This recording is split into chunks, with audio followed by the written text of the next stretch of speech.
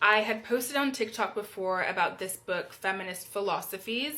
I have ended up putting this one down, but I have picked up a book by Rosemary Tong, so one of the authors of this book. She has a feminist textbook, which I much prefer, and that's the one that I probably would recommend if you are interested in learning about feminism and want a very easy textbook to help you through it. And it's very, very detailed. So I am still working through the introduction because Tong has so much information just in there. Throughout the introduction, she's explaining the different forms of feminism.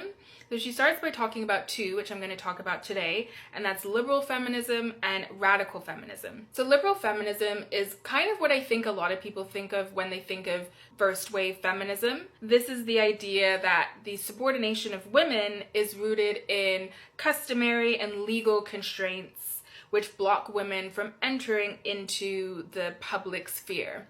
Popular liberal feminists would be someone like John Stuart Mill, who wrote about the subjugation of women, Mary Wollstonecraft, who wrote The Vindication of the Rights of Women, and just in general, the suffrage movement. So this fight for women to have the right to vote. Radical feminism takes things a bit further. So rather than just focusing on political or economic issues, radical feminists also look at social and cultural institutions, specifically the family and organized religion, which must be uprooted in order for women to have greater rights. And Tong speaks of two different groups of radical feminists: the radical libertarian feminists and the radical cultural feminists.